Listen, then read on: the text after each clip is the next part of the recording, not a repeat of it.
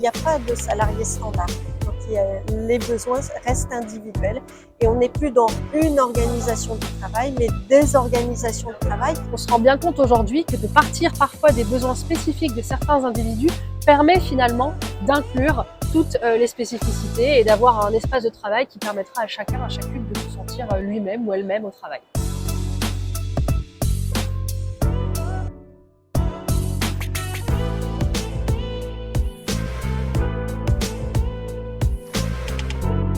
Dans la conception des environnements de travail, nous essayons de mieux prendre en compte la perception individuelle et auditive, notamment des collaborateurs, en travaillant l'acoustique à la fois sous l'angle bien sûr technique, mais aussi perception auditive. Et donc ça veut dire qu'on va s'attacher aux besoins physiologiques et psychologiques des salariés.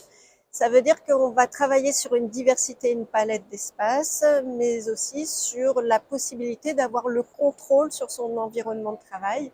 Avoir le contrôle, c'est pouvoir choisir l'espace qui correspond le mieux à son besoin sonore du moment, à un instant T. Pour nous, les situations sensibles, elles sont au-delà des situations de handicap, par exemple handicap visible ou invisible, puisqu'on considère qu'on peut tous, à un moment donné de notre vie, être en situation de handicap, mais également avoir pendant la journée des moments de sensibilité particulière. Et c'est comme ça qu'on le comprend chez CEDUS. Ça fait 20 ans qu'on existe pour prévenir les discriminations au travail, pour travailler ce management de la diversité et mettre en place les conditions qui feront l'inclusion de toutes et tous au sein des collectifs de travail.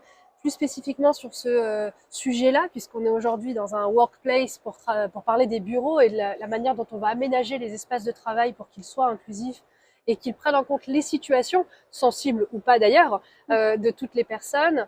Et plus spécifiquement donc un travail qui a été fait sur les questions de conception universelle, de design inclusif qui vont permettre l'innovation avec et pour tous les publics.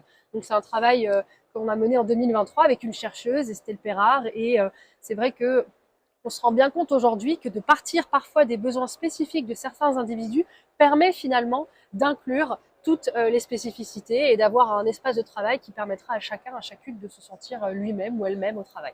Travailler sur les plus sensibles permet en fait de répondre aux besoins du plus grand nombre. Alors c'est le principe du design universel ou de la neuroarchitecture.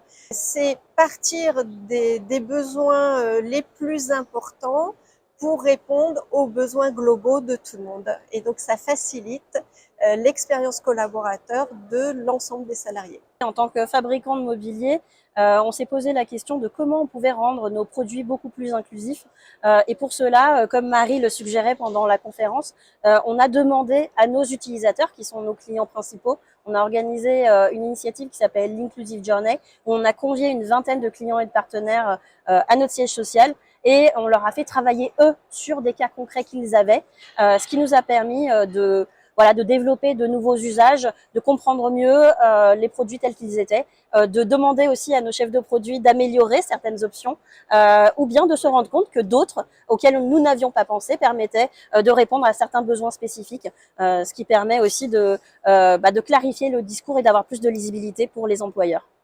Là-dessus, ce qui est important de se dire, c'est que à partir du moment où on conçoit des produits ou des services, il faut réfléchir en amont à un certain nombre de questions qui nous permettront de développer quelque chose qui ne sera pas exclusif pour certains publics. C'est une façon d'inverser la norme, bien évidemment, puisque il ne faut pas oublier que la réglementation, c'est un seuil plancher. Elle existe pour pas être en dessous, mais elle ne peut pas répondre à l'ensemble des individualités. Certes, l'entreprise ne va pas pouvoir répondre à l'ensemble des sensibilités, mais plus on a le contrôle et plus on a le choix, plus on peut trouver l'espace qui va nous correspondre en fonction de son besoin, sachant que les besoins, c'est comme pour tout le monde, hein, ça peut varier d'un moment à l'autre de la journée. Donc c'est important d'avoir cette palette d'espace et de ne pas aller uniquement vers de la standardisation parce qu'il n'y a pas de salarié standard. Donc les besoins restent individuels et on n'est plus dans une organisation du travail, mais des organisations de travail. Et l'espace est une ressource pour répondre à ces organisations de travail. Une des manières de le faire, c'est effectivement de confronter aussi les regards avec typiquement là vos clients.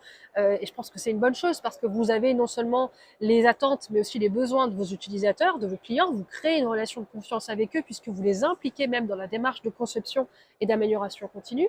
Mais aussi, il y a une autre manière, et c'est souvent ce que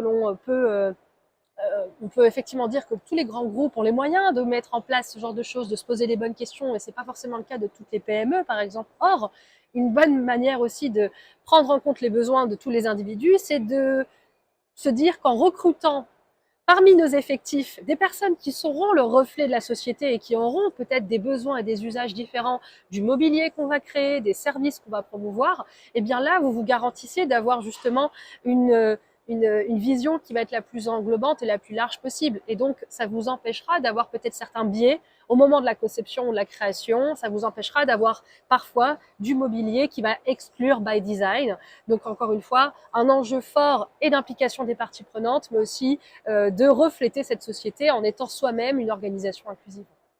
La prochaine étape, c'est quand le design universel deviendra la norme et qu'on n'aura plus besoin d'en parler.